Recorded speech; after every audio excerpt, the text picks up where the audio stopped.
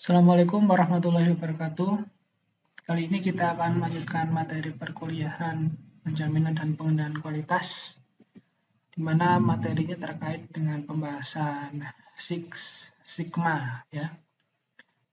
Jadi apa itu Six Sigma? Atau ya Six di sini adalah 6 gitu ya, 6 Sigma. Jadi ini adalah salah satu metode dalam kita dapat melakukan pengendalian kualitas begitu ya. Di mana di dalam metode ini sangat masyhur untuk kita dapat melakukan perbaikan kualitas dari suatu produk begitu ya. Perbaikan kualitas dari suatu produk yang ada ataupun yang berjalan pada industri manufaktur. Nah, sejarahnya pada tahun 1970-an Toyota mengimplementasikan Toyota Production System atau TPS, yang mana TPS ini dia sukses begitu, sehingga perusahaan Toyota menjadi salah satu perusahaan yang leading hingga saat ini dengan adanya Toyota Production System, yang di dalam Toyota Production System tersebut hingga sampai saat ini diterapkan dan banyak dikembangkan ya, hingga ada konsep begitu yang mengilhami gitu ya, di mana konsep tersebut terilhami dari Toyota Production System. Di antaranya adalah kita ketahui seperti halnya konsep Lean begitu ya. Oke, pada waktu yang sama, nah ini perusahaan Motorola mendapati perusahaannya kalah bersaing dengan perusahaan-perusahaan Jepang. Lalu Smith and Harry, salah satu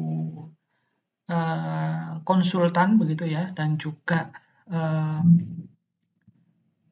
pekerja begitu ya dalam perusahaan Motorola, menciptakan konsep begitu, mengembangkan konsep yang namanya adalah Six Sigma, yang mana konsep ini untuk meningkatkan quality control menggunakan prinsip-prinsip dasar Lean yang dibuat oleh Edward Deming ya, Joseph Guaran hingga sampai Gennady Taguchi begitu, yang berkontribusi dengan pengembangan konsep Lean yang ada begitu. Sehingga kita ketahui bahwa Six Sigma ini terilhami dari adanya konsep Lean yang terlebih dulu muncul begitu, yang berkembang dan juga mulai dikembangkan oleh Toyota pada tahun 70-an. Nah, lalu hingga sampai tahun 85 istilah Six Sigma ini digunakan. Nah, pada saat Smith dan juga Harry menciptakan konsep Six Sigma ini, itu dulunya belum ada belum dinamakan Six Sigma. Hingga sampai pada tahun 1985 dia menamakan konsep ini dengan pendekatan dengan nama istilah Six Sigma. Ya. Hingga pada tahun 95 Six Sigma diimplementasikan pada berbagai macam industri manufaktur kala itu, diantaranya adalah General Electric, dan juga sukses untuk dapat meningkatkan begitu ya hasil kualitas ataupun produk yang dihasilkan oleh General Electric memiliki kualitas yang lebih baik begitu ya. Six Sigma kalau kita lihat di sini ya, dilambangkan seperti 6 Sigma begitu. Suatu visi peningkatan kualitas menuju target 3,4 kegagalan per sejuta kesempatan. Nah, atau biasa disebut dengan DPM atau defect per million opportunities ya.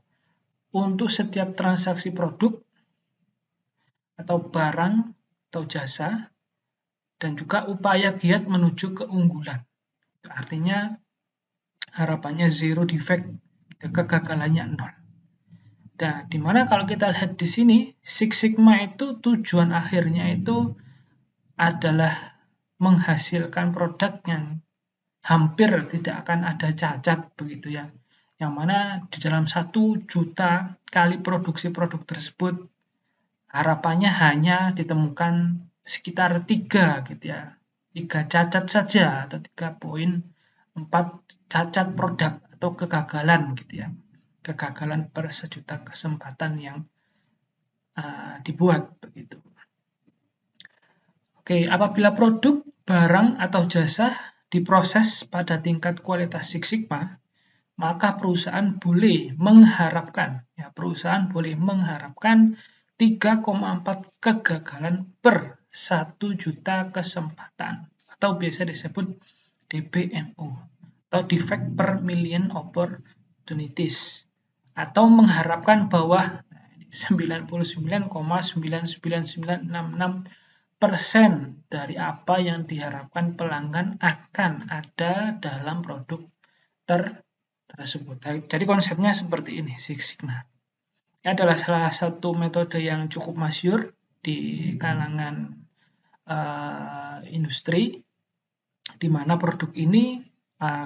di mana konsep ini atau metode ini bisa diimplementasikan dan harapannya adalah seperti ini tadi targetnya.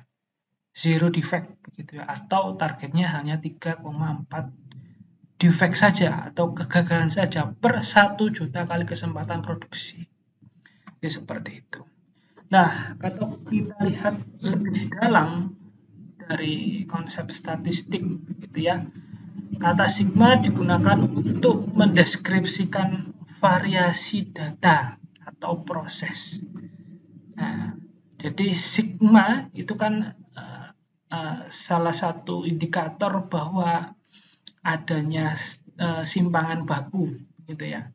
Di mana Six Sigma dapat diartikan sebagai sebuah metodologi terstruktur untuk memperbaiki proses yang difokuskan pada usaha mengurangi variasi pada proses sekaligus mengurangi defect pada produk dengan menggunakan pendekatan statistik dan problem solving tools secara intensif.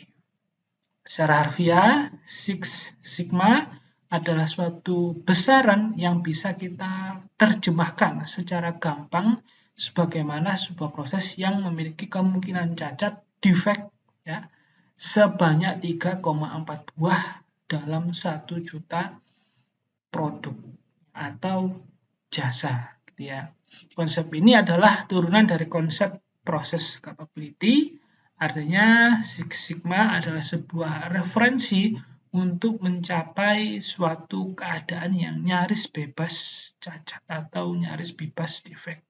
Di sini diartikan zero defect level. Nah, kalau kita melihat diagram ini ya, diagram yang berdistribusi normal, nanti distance dari sigmanya adalah 6, plus minus 6 sigma gitu ya. Oke, kali ini kita akan coba lihat bahwa tingkat pencapaian sigma yang ada itu seberapa gitu ya. Artinya kita bisa lihat dari tingkat sigmanya itu berapa bila kita bandingkan dengan defect per million opportunity, dan juga kita bisa lihat dari COPQ-nya atau cost of poor quality-nya seberapa. Kita lihat bahwa ini adalah perbandingan antara tingkat pencapaian sigma, DPMO, dan juga COPQ. Dimana bila nanti sigmanya adalah 6, nilai defect per million opportunity-nya adalah berkisar di antara 3,4 saja. Dan juga nilai cost of poor quality-nya adalah kurang dari 1% dari penjualan gitu. Nah, kita bisa lihat mulai dari sigma 1, sigma 2, 3, 4 hingga 5. Kalau sigmanya atau tingkat sigmanya adalah 1, kira-kira dalam 1 juta kali produk yang diproduksi akan menghasilkan sekitar 691.462 defect yang ada. Sehingga ini sangat tidak kompetitif begitu ya. Karena defect yang dihasilkan atau produk cacat yang dihasilkan pada saat memproduksi barang sangat tinggi sekali. Lalu bila tingkat sigmanya adalah 2, akan ada 300-an ribu produk yang defect dari 1 kali juta produksi. Nah, rata-rata ya dari data yang ada, saya kutip dari buku, nanti akan coba saya sematkan bukunya. Nah, rata-rata industri di Indonesia berada di tingkat level 2 sigma ini, rata-rata. Lalu ada 3 sigma, DPMO-nya sekian, nilai cost of poor quality-nya adalah sekian, begitu, dan juga nilai 4 sigma sekitar 6.200-an DPMO, hingga 5 sigma 233 DPMO, hingga sampai 6 sigma berkisar antara 3,4 defect per million opportunity. Jadi bisa kita lihat bahwa semakin tinggi nilai sigma yang ada pada industri tersebut, maka tingkat defect per million opportunity-nya akan semakin kecil, begitu ya. Nah, kita bisa lihat dan juga bisa bandingkan di mana nilai sigma ini dengan nilai DPMO dan juga nilai COPQ-nya.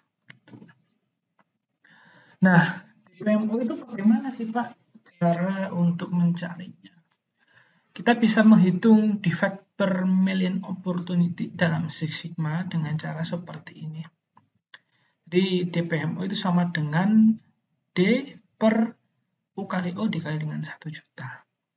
D di sini adalah jumlah defect, dibagi dari perkalian antara U dikali O atau jumlah unit yang ada, dikali dengan jumlah kesempatan yang akan mengakibatkan cacat atau opportunity-nya. Gitu.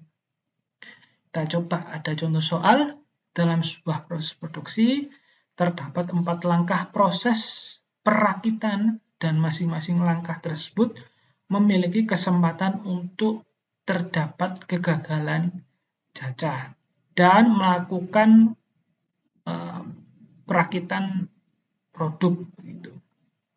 Jumlah input yang dimasukkan ke dalam proses perakitan adalah 500 unit. Dalam proses perakitan, saat dicek ternyata hasilnya terdapat 2 defect.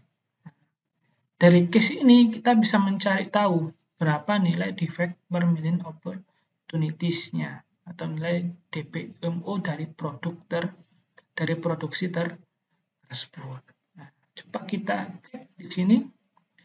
Tadi kita ketahui bahwa jumlah defect-nya adalah 2, lalu jumlah unitnya tadi adalah 500, lalu jumlah opportunity-nya atau jumlah kesempatan terjadinya defect adalah 4. Nah, 4 ini dilihat dari sini. Ada 4 titik atau 4 peluang. Ya, 4 peluang yang dimana masing-masing tempat tadi gitu ya, masing-masing langkah proses ini berpeluang menghasilkan suatu produk yang defect.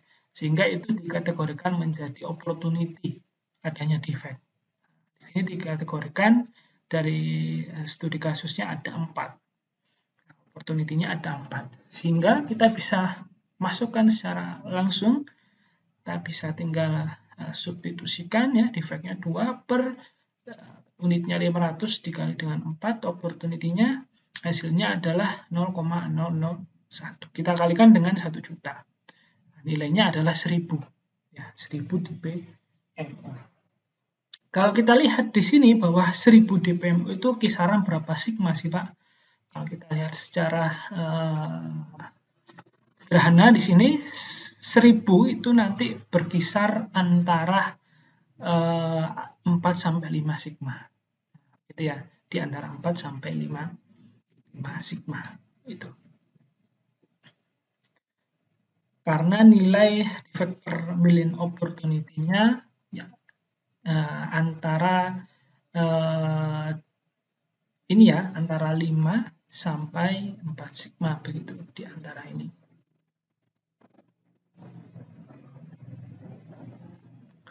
Oke, lalu ada aspek kunci dalam konsep Six Sigma.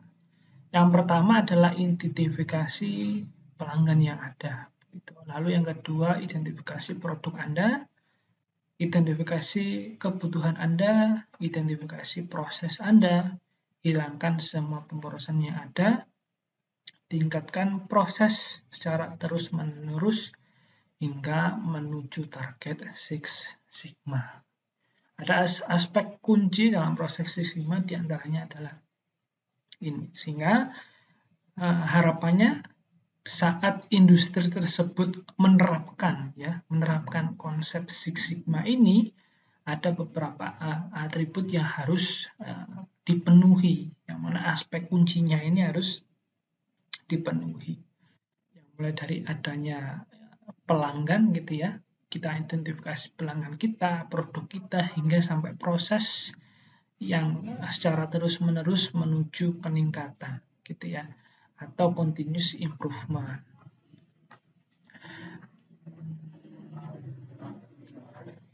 Oke, proses Six Sigma dengan distribusi normal yang mengizinkan nilai rata-rata ya, nilai mean rata-rata, prosesnya bergeser sekitar 1,5 sigma dari nilai spesifik target kualitas yang diinginkan oleh pelanggan. Ya, yang ditunjukkan pada gambar ini. Ya, kita ketahui pada saat distribusi normal secara statistik,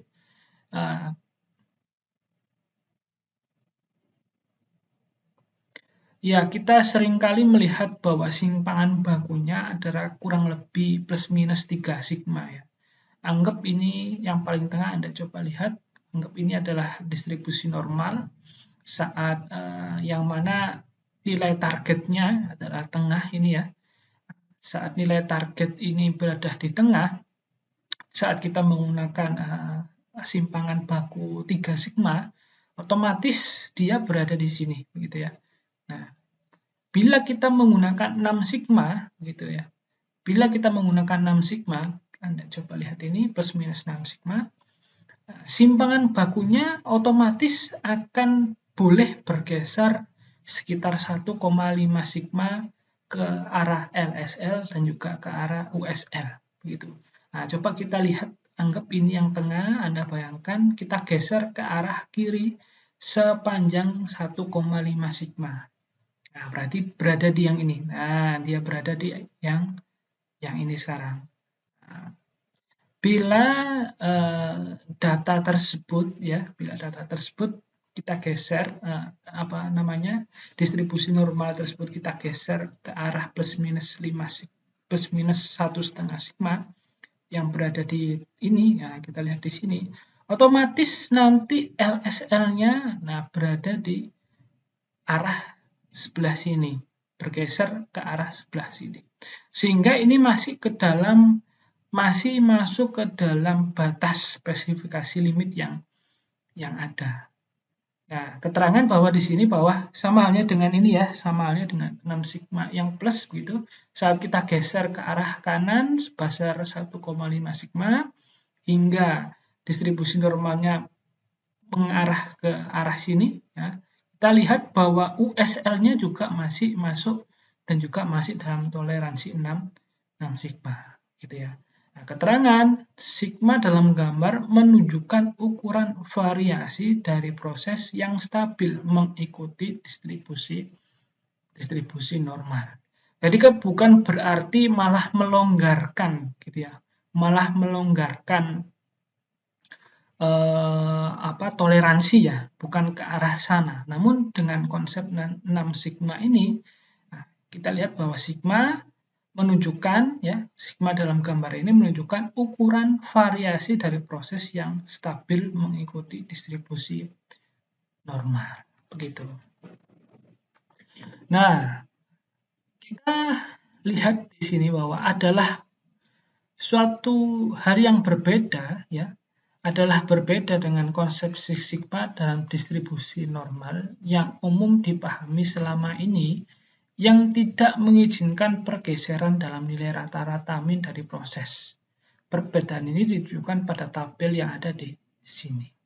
Nah, kita lihat bahwa true sigma process gitu ya. Kalau kita menggunakan normal distribution center yang kita sering gunakan pada statistik begitu. Nah, kita lihat di sini kalau kita menggunakan pendekatan true Six Sigma process ya, normal distribution center, dan coba kita bandingkan dengan Motorola atau yang tadi dikembangkan oleh Motorola, Six Sigma yang dikembangkan oleh Motorola, normal distribution shift ya 1.5 sigma itu dua hal yang berbeda begitu ya. Jadi bukan mengarah ke arah yang seperti ini. Ini Pak contoh perbandingan untuk kita dapat mengetahui bahwa 6 sigma yang dikembangkan oleh Motorola itu bukan berarti bahwa kita menggeser 6 sigma yang mana 6 sigma kita ketahui pada pendekatan statistik yang ada ya. Jadi kalau kita melihat di sini kita lihat dulu yang Motorola Six Sigma Process 6 sigmanya DPMO-nya adalah 3,4 atau kegagalan cacat yang terjadi ya pada saat 1 juta kali kesempatan produksi itu adalah 3,4. Nah, kalau kita bandingkan dengan True Six Sigma Process atau yang menggunakan normal distribusi statistik yang ada, nilai Six Sigma-nya adalah nilai DPMO dari Six Sigma-nya adalah 0,022. Nah, ini yang bisa memperlihatkan bahwa ini adalah dua hal yang berbeda. Nah, yang digunakan yang mana Pak dalam pendekatan Six Sigma yang dibahas dalam penjaminan dan pengendalian kualitas? Yang digunakan adalah yang ini, yang dikembangkan oleh Motorola tadi ya, Motorola Six Sigma Process gitu. Sehingga kita bisa lihat bahwa 6 sigma yang ada, defect permanent opportunity-nya adalah 3,4 defect ya atau kegagalan gitu ya per 1 juta kesempatan yang ada begitu.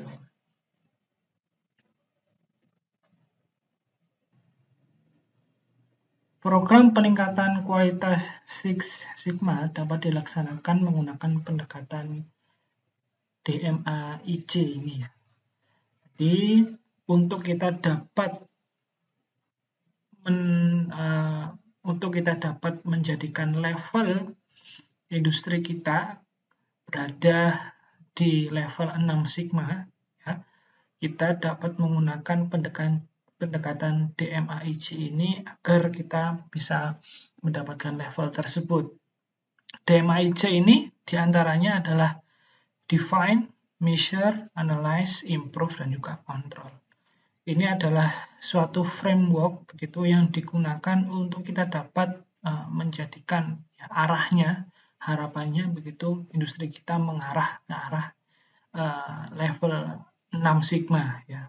Jadi di define ini kita bisa melakukan proses identifikasi yang ada gitu ya. Nah, proses identifikasi yang ada, lalu measure, kita lakukan pengukuran, lalu analyze, kita analisis ya, kita lakukan analisis dari hasil pengukuran yang ada sebelumnya. Lalu dari analisis ini kita akan ketahui ada beberapa hal yang bisa kita improve begitu, yang nantinya akan kita lakukan implementasi untuk improve ya atau perbaikan. Nah, harapannya setelah dilakukan perbaikan kita monitoring, kita kontrol, kita awasi gitu ya. Dan juga terus berlanjut begitu ya.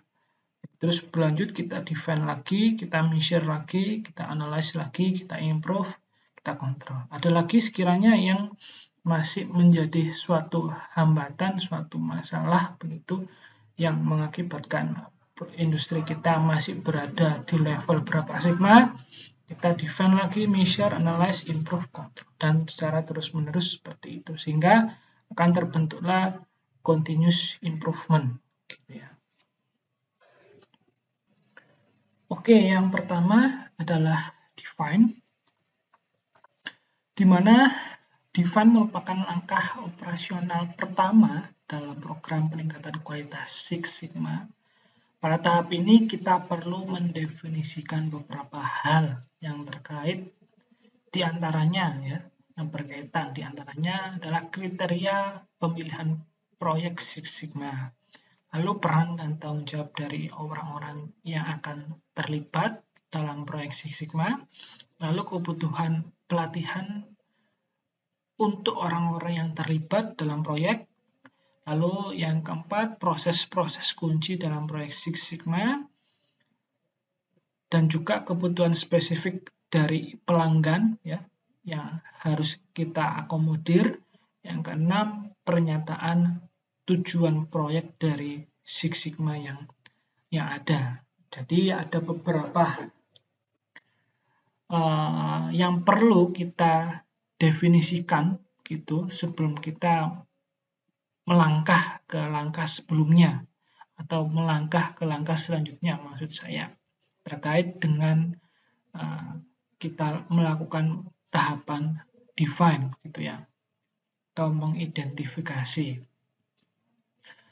Nah, di dalam define ini kita memahami permasalahan yang akan kita perbaiki nantinya, yang akan diperbaiki, yang berasal dari customer requirement. Ya. Lalu kita menentukan permasalahan yang akan kita improve gitu ya, kita improve nantinya. Nah, di dalam tahap define ini kita bisa menggunakan beberapa tools, di antaranya adalah diagram SIPOC, ya, diagram supplier, input, proses, output, gitu ya, dan juga customer. Atau proses mapping, logic tree, fishbone diagram, QFD, FMEA, Pareto, dan lain sebagainya, yang mana kita bisa melakukan proses define atau kita bisa melakukan proses identifikasi. Sehingga harapannya kita dapat memahami permasalahan yang akan diperbaiki nantinya, ya, atau permasalahan yang ada yang akan diperbaiki nantinya. Stepnya yaitu yang pertama kita memilih proyeknya, gitu. Kita pilih arahnya, proyek apa yang akan kita lakukan, yang kita fokuskan, apakah proyek yang berada pada produk A di lini produksi A, apakah proyek yang berada di plan B dan sebagainya. Itu artinya kita pilih, kita buat proyek terlebih dahulu. Setelah itu kita tentukan critical to quality dari suatu produk yang sedang kita lakukan pengamatan gitu, untuk melakukan peningkatan harapannya dengan menggunakan Six Sigma ini. Lalu yang ketiga yaitu adalah project registration. Ya, selanjutnya adalah measure atau kita ukur gitu ya. Merupakan langkah operasional kedua dalam program peningkatan kualitas Six Sigma. Terdapat 3 hal pokok yang harus dilakukan dalam tahap measure, yaitu yang pertama memilih atau menentukan karakteristik kualitas ya, CTQ, kunci yang berhubungan langsung dengan kebutuhan spesifik dari pelanggan. Lalu mengembangkan suatu rencana pengumpulan data melalui pengukuran yang dapat dilakukan pada tingkat proses, output, ataupun outcome. Yang ketiga, mengukur kinerja yang ada sekarang. Kita ukur ya current performance kita pada tingkat proses, output, ataupun outcome untuk ditetapkan sebagai baseline kinerja pada awal project Six Sigma. Begitu. Nah, kita juga harus ingat di sini dalam konteks pengendalian proses statistik, kita ketahui ada 2 jenis data. Ini hubungannya dalam measure ya, karena kita mengukur ya. Kita mengukur ada 2 jenis data yang bisa kita gunakan. Yang pertama adalah data yang sifatnya adalah di sini data atribut. Nah, merupakan data yang sifatnya kualitatif, begitu ya. Data ini arahnya adalah bisa dihitung, begitu ya, bisa dihitung. Jadi bukan diukur ya. Jadi kalau data tersebut sifatnya variabel, merupakan data kuantitatif. Bila data kuantitatif bisa diukur. Nah, contohnya seperti ini. Kita lihat bahwa perbedaan antara data kualitatif dan juga kuantitatif. Kalau kualitatif, ya tadi atau data atribut, data yang berbentuk kategori atau kualitas, tidak berbentuk bilangan. Contohnya ya bagus, tidak bagus, ya, manis, begitu ya. Rasa ya, seperti rasa, manis, asin, pahit, dan sebagainya. Lalu setuju, tidak setuju, dan sebagainya. Gitu. Lalu ada data kuantitatif atau data yang sifatnya variabel, yaitu data yang berbentuk bilangan atau angka, baik hasil perhitungan maupun hasil pengukuran. Ya, seperti halnya data kualitatif ya, kita sudah terbiasa melihatnya ya seperti halnya satuan 350 kg, 23 derajat, dan lain sebagainya. Nah, lalu berdasarkan cara memperoleh datanya, data kuantitatif dapat dibagi menjadi data yang sifatnya adalah discrete dan juga kontinu. Ya. Data discrete yaitu data yang diperoleh berdasarkan hasil penjumlahan terhadap proyek yang dipelajari. Ya. Contohnya adalah 200 orang, begitu ya, 500 mobil, dan lain sebagainya. Gitu. Lalu data kontinu atau continuous data, gitu, yaitu data yang diperoleh berdasarkan hasil pengukuran. Ya, hasil pengukuran terhadap objek yang dipelajari. Contohnya adalah 250 mm, begitu ya. Lalu 35 derajat Celcius, ya 58 kg. Nah, jadi dalam data kontinu yang ditanyakan adalah berapa ukurannya. Kalau ada discrete yang ditanyakan berapa banyaknya. Nah, jadi seperti itu. Oke, di dalam measure berkaitan dengan pengukuran pastinya ya. Sehingga kita harus memahami definisi dari suatu data yang ada. Jangan sampai data yang seharusnya kita olah dengan menggunakan pendekatan variabel malah diolah dengan menggunakan pendekatan atribut. Nah, jadi seperti itu harus kita ketahui atau di sini dituliskan memahami definisi data yang ada. Lalu mengetahui capability dari proses untuk kondisi aktual. Lalu dapat menentukan arah perbaikan dari keadaan yang ada. Nah, dalam measure ini kita bisa menggunakan beberapa tools, contohnya ya barangkali tidak hanya yang ada disebutkan dalam sini. Kita bisa menggunakan proses capability analysis dengan cara kita menentukan nilai sigma level kita berapa pada saat posisi sekarang, begitu ya. Dan juga beberapa tools yang lain. Di sini disebutkan seperti 4-block diagram dan juga lain sebagainya. Artinya kita bisa menggunakan tools-tools atau alat-alat yang bisa kita gunakan untuk mengcapture dan juga kita bisa gunakan untuk mengukur kondisi saat ini di perusahaan kita. Nah, di dalam step ini kita bisa memeriksa baseline kita, atau kita bisa artinya kita bisa memeriksa baseline atau kita bisa melihat kondisi atau kita mengukur ya, kita mengukur dan hasilnya kita dapat melihat kondisi performa dari industri kita saat ini, begitu ya. Sehingga kita juga bisa mencari tahu ya, memeriksa aktual kapabilitas proses yang ada pada industri kita saat ini. Oke, ini adalah contoh beberapa daftar pertanyaan yang bisa digunakan pada tahap measure untuk mengetahui apa saja yang diperlukan begitu ya, dan juga apa saja yang sudah dilakukan pada tahap measure. Kita bisa memvalidasi apa yang sudah dilakukan yang pada pelaksanaan tahap measure ini begitu. Kita bisa cek dan juga lihat sendiri begitu. Lalu selanjutnya adalah tahap analyze. dalam analyze atau kita melakukan proses analisis merupakan langkah operasional ketiga dalam program peningkatan kualitas Six Sigma. Pada tahap ini kita perlu melakukan beberapa hal, ya. Di antaranya menentukan kestabilan atau stability dan kapabilitas atau kemampuan, ya, capability dari proses yang ada. Lalu kita menetapkan target-target kinerja dari karakteristik kualitas kunci yang ada atau CTQ, critical to quality, yang akan ditingkatkan dalam proyek Six Sigma ini. Yang ketiga, mengidentifikasi sumber-sumber dan akar penyebab kecacatan atau kegagalan yang ada.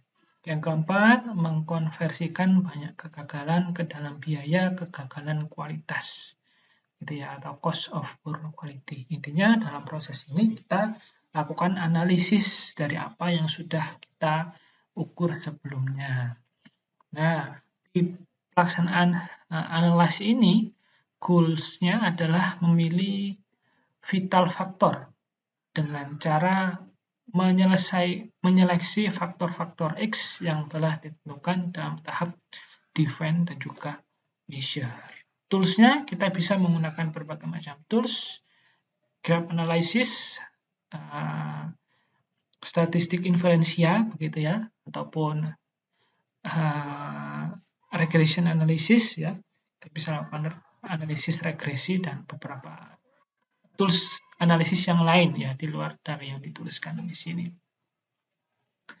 Oke, stepnya diantaranya kita menentukan vital faktor atau yang tadi disebut dengan faktor kunci, bisa ke arah sana, atau yang tadi disebutkan sebelumnya critical to quality yang ada.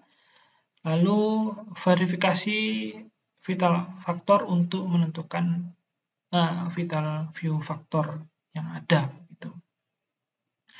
Ada beberapa pertanyaan yang bisa digunakan untuk memvalidasi, begitu ya, tahapan analyze ini, ya, tahapan pada analyze yang sudah kita buat ini, ya. Di antaranya Anda bisa cek sendiri di sini beberapa pertanyaan yang Anda bisa gunakan untuk tahap analisis, begitu ya. Oke, lalu selanjutnya adalah improve, ya. Setelah sumber-sumber dan akar penyebab dari masalah kualitas teridentifikasi, maka perlu dilakukan penetapan rencana tindakan atau action plan untuk melaksanakan peningkatan kualitas Six Sigma. Ya. Di tahapan improve ini, goals-nya adalah memilih improvement method untuk melakukan perbaikan terhadap tadi critical to quality, atau bisa juga kita sebut vital few factor, dan juga memahami eksperimen desain yang ada. Itu artinya di saat kita bisa menggunakan perancangan eksperimen untuk melakukan improvement yang ada dalam industri kita bisa gunakan perancangan eksperimen atau eksperimen desain yang ada untuk melakukan proses improvement. Nah, lalu ada beberapa tools yang bisa kita gunakan, ya, design and analysis of experiment, ya, atau perancangan eksperimen, dan juga beberapa improvement tools yang lain, yang mana pelaksanaannya atau toolsnya mengarah ke arah proses untuk perbaikan, ya, dari hasil sebelumnya. Artinya pada saat kita lakukan define, kita identifikasi, kita tahu, ya, begitu critical to quality yang ada, kita lakukan measure, pengukuran, ya, kita ukur, kita analisis dari hasil pengukuran yang ada tadi, kita analisis. Setelah dianalisis, kita akan tahu lebih detail terkait dari permasalahan, gitu ya. Kita tahu permasalahan yang ada dari yang akan kita tuju, begitu, sehingga pelaksanaan perbaikan dari suatu masalah yang ada itu kita bisa rencanakan di sini, begitu ya. Dan juga kita bisa lakukan eksekusi, gitu ya, dari proses perencanaan improvement dan juga eksekusi improvement tersebut, gitu. Nah, di sini kita lihat steps-nya ada melakukan rencana perbaikan, ya, dan juga eksekusi dan juga verifikasi. Nah, seperti itu.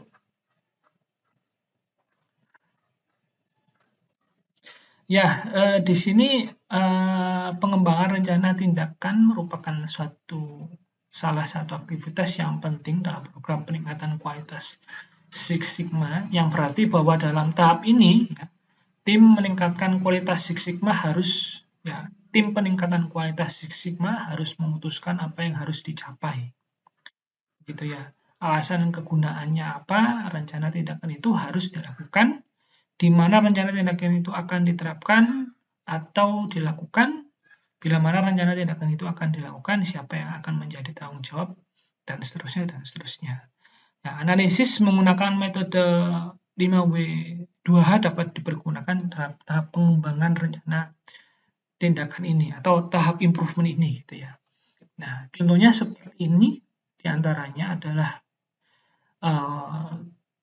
what gitu ya, tujuan utamanya, deskripsinya contoh ya seperti ini, apa yang menjadi target utama dari perbaikan ini, peningkatan kualitas ini, gitu ya. Why, alasan kegunaannya, mengapa rencana tindakan ini diperlukan, where, di mana lokasinya, berkaitan dengan lokasi di mana rencana tindakan ini akan dilaksanakan, lalu when, ya, bagaimana, itu berkaitan dengan urutan begitu, bila mana aktivitas rencana tindakan ini akan terbaik untuk dilaksanakan, apakah aktivitas ini dapat dikerjakan kemudian, seperti itu.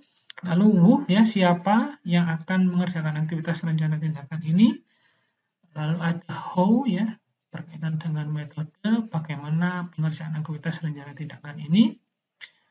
How much ya, berapa biaya yang dikeluarkan untuk melaksanakan aktivitas rencana tindakan ini.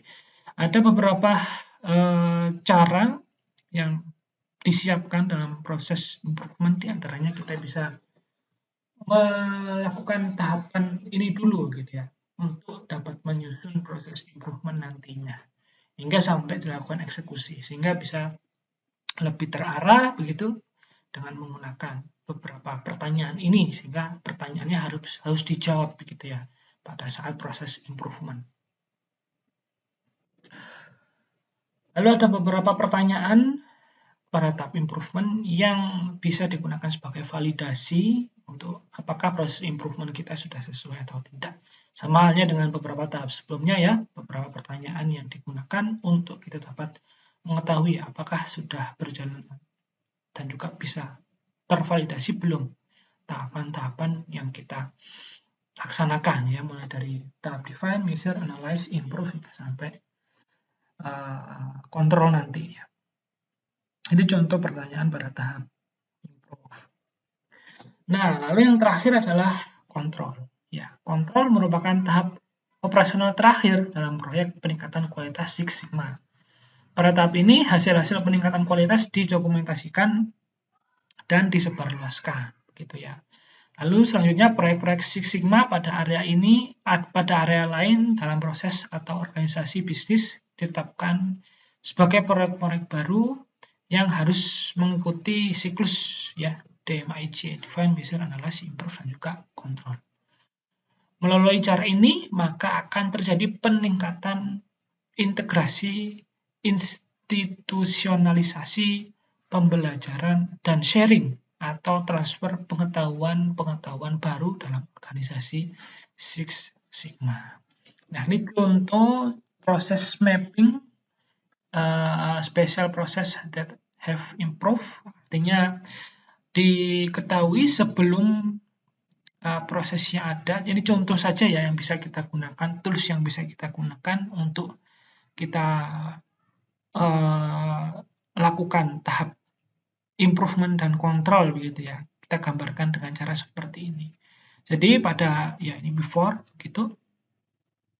Di start awal ya, di sini lampunya hidup ya ataukah mati gitu ya. Jadi switch on the lamp. Jadi saat ini contoh pada proses mau masuk ke suatu ruangan begitu ya. Yang awalnya lampunya mati begitu. Pada tahap ini lampunya dihidupkan terlebih dahulu. Ini contoh di toilet ya, enter to toilet begitu. Lalu setelah itu dinyalakan, lampunya nyala hingga proses aktivitas yang ada di toilet berjalan, itu selesai, exit from toilet, dan juga lampu dimatikan atau dimatikan dan juga selesai. Usually employ not switch off the lamp, so the lamp always on. Jadi diketahui umumnya ya, begitu setelah masuk ke dalam toilet, ya ini contohnya berada di suatu industri begitu, pekerja yang masuk ke toilet, umumnya dia lupa untuk mematikan lampu. Sehingga pada saat keluar itu ya langsung keluar saja tanpa mematikan lampu. Sehingga bisa dilakukan proses improvement di sini. Yang pertama, nah seperti ini. When you close the door, the lamp automatic on. Nah, jadi digunakanlah sistem otomatisasi begitu ya. Saat dia menutup pintu pada saat masuk begitu ya, menutup pintu di toilet begitu, otomatis lampunya menyala. Saat dia keluar dan ya, when you open the door, the lamp automatically off. That means no energy loss. Saat dia keluar dari toilet ya, menyelesaikan aktivitas di toilet dan membuka pintu yang ada di toilet, lampu yang ada di toilet otomatis mati. Nah, ini contoh beberapa hal yang bisa kita gunakan sebagai tahap improvement dan juga kontrol untuk memperlihatkan tahapan improvement dan juga kontrol yang ada. Nah, jadi di sini ada beberapa hal aktivitas yang dieliminasi. Nah, di antaranya adalah switch on the lamp dan juga switch off the lamp. Contohnya seperti itu. Lalu ini adalah beberapa daftar periksa pada tahap kontrol ya, beberapa daftar pertanyaan yang digunakan untuk kita memvalidasi atau tahap periksa pada tahap kontrol. Lalu ini adalah contoh proses ya pada General Electric ya, salah satu proses Six Sigma pada General Electric yang mana sukses begitu diterapkan di sana. Jadi kalau di sini dia ya menggunakan MAIC ya, pada waktu itu device-nya belum dikembangkan secara luas sehingga prosesnya masih MAIC. Pada tahap ini dicontohkan bahwa di General Electric pada tahap measure-nya dia mengidentifikasi proses internal kunci yang mempengaruhi atau CTQ yang ada, lalu mendeteksi variabel-variabel utama yang mempengaruhi kegagalan, mendefinisikan sebagai variabel di luar batas-batas yang berkaitan dengan proses yang benar begitu. Lalu proses improve-nya memodifikasi proses internal sehingga banyaknya kegagalan berada dalam batas-batas toleransi. Lalu tahap kontrolnya dia memantau proses-proses yang dimodifikasi atau memantau proses-proses improvement gitu ya, hasil dari proses improvement-nya ada. Hingga terus berputar sampai terjadi siklus continuous improvement secara terus-menerus begitu. Oke, saya cukupkan untuk pertemuan kali ini. Terima kasih banyak. Wassalamualaikum warahmatullahi wabarakatuh.